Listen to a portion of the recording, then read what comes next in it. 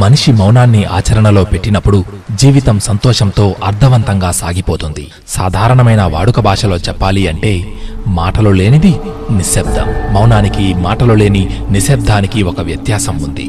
పరిస్థితుల కారణంగా మనుషులు మాట్లాడలేని సందర్భాలు కొన్ని ఎదురవుతాయి. ఓటమి, దుఃఖం, నిరాశ, భయం, అనారోగ్యం మనిషిని మౌనంలోకి నెడుతుంటాయి. అవి తప్పించుకోలేని పరిస్థితులు. మౌన దీక్షలో ఉన్న కొందరు సైగల ద్వారా, రాతల ద్వారా చెప్పాలనుకున్నవి వ్యక్తపరుస్తూ ఉంటారు. నిజమైన మౌనం అంటే వ్యక్తి స్థిరమైన ఆలోచన, అంతర్దృష్టి కలిగి ఉండి ధ్యాన స్థితిలో ఉండగలిగినప్పుడే.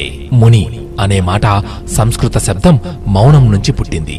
జీవితంలో బ్రహ్మానందాన్ని పొందే, అంతిమ లక్ష్యాన్ని సాధించే స్థితిలో లీనమయ్యేవాడే ముని. మునిని స్థితప్రజ్ఞుడిగా వర్ణిస్తుంది భగవద్గీత. స్థితప్రజ్ఞత అంటే వ్యక్తి స్థిరమైన స్థితిలో వివేకంతో ఉన్నతమైన చైతన్యం కలిగి ఉండటం. ప్రశాంతత, కరుణ, మానసిక స్వచ్ఛత, ఆత్మ నిగ్రహం లాంటివి మౌన తపస్సు వల్ల కలిగే ఫలితాలు. ఋషి, ముని, ఆధ్యాత్మికతకు సంబంధించిన భిన్నమైన స్థితులివి. సాధకుడు మౌనస్థితిలో ఉంటే ముని అంటారు. అతడు కార్యసూర్యుడు అయినప్పుడు, సత్యాన్ని, తత్వజ్ఞానాన్ని బోధించేటప్పుడు ఋషి అంటారు. మౌనం అంతర్దర్శనానికి, ఎవరికి వారు తమ జీవిత లక్ష్యాలను పరిశీలించుకోవడానికి అత్యవసరమవుతుంది. బుద్ధిని, మనసును శుద్ధిపరచడానికి వాహకనాళంలో పనిచేస్తుంది.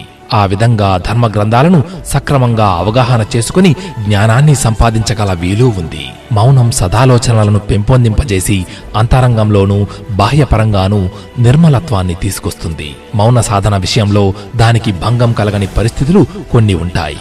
అవి శ్రావ్యమైన సంగీతాన్ని ఆస్వాదించడం, సదాచారుల సాంగత్యంలో మన సమయాన్ని గడపడం. ఆశ్రమాల్లో సాధన మార్గంలో ఉన్నవారు వ్యవహారాల్లో నిమగ్నమై ఉంటూనే మధ్యలో కొన్ని రోజుల పాటు మౌన దీక్ష చేస్తూ ఉంటారు. ఒక్కోసారి ఆకస్మికంగా మౌనస్థితిలోకి వెళ్లే పరిస్థితులు తటస్థిస్తూ ఉంటాయి. ప్రహ్లాదుడు, ధ్రువుడు ఆ పరమాత్మ సాక్షాత్కారంతో దిగ్భ్రాంతికి లోనై మౌనంలోకి వెళ్లిపోయారు.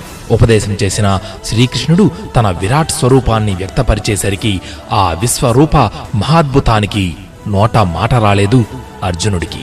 మౌన సాధన మనిషిని ఆలోచింపజేస్తుంది, అహంకార రహితుణ్ణి చేస్తుంది, ఏకాగ్రతను పెంచుతుంది. ప్రశాంతతను కాంక్షించేవారు, ఆధ్యాత్మిక మార్గంలో ఉన్నవారికి మౌన సాధన సక్రమమైన మార్గం. మనసును నియంత్రించాలి అంటే మౌనమే మార్గమంటుంది పతంజలి యోగశాస్త్రం.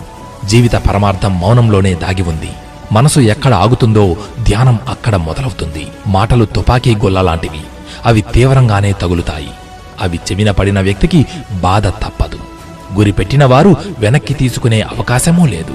మాటలు ఆత్మగౌరవం హద్దులు దాటినప్పుడు పరిస్థితులు విషమిస్తాయి. ఆవేశపూరితమైన క్షణాలను అధిగమించడానికి మాట మీద అదుపు అత్యవసరం. అది అభ్యాసం ద్వారానే సాధ్యమవుతుంది. సాధువులు, సన్యాసులు ఏ నాటి నుంచో మౌనవ్రతాన్ని పాటిస్తూనే ఉన్నారు. అనవసరమైన మాటల కారణంగా ఉపయోగపడాల్సిన ఎంతో శక్తి వృధా అవుతుంది. ప్రతి ఒక్కరి విషయంలో మాటల ఎంపిక, స్వరస్థాయి ముఖ్యమైన భూమిక పోషిస్తూ ఉంటాయి. మనసు అంటే మాటలు, ఆత్మ అంటే మౌనం. మనసు నిండా ప్రోధి చేసుకున్న మాటలే. నిశ్శబ్దం ఎప్పుడూ మనిషికి తోడుగా ఉంటుంది. అది అంతర్గత స్వభావం. నిశ్శబ్దం అంటే ధ్యానం. మాటల నుంచి మౌనానికి మారడం ఎంతో ముఖ్యం.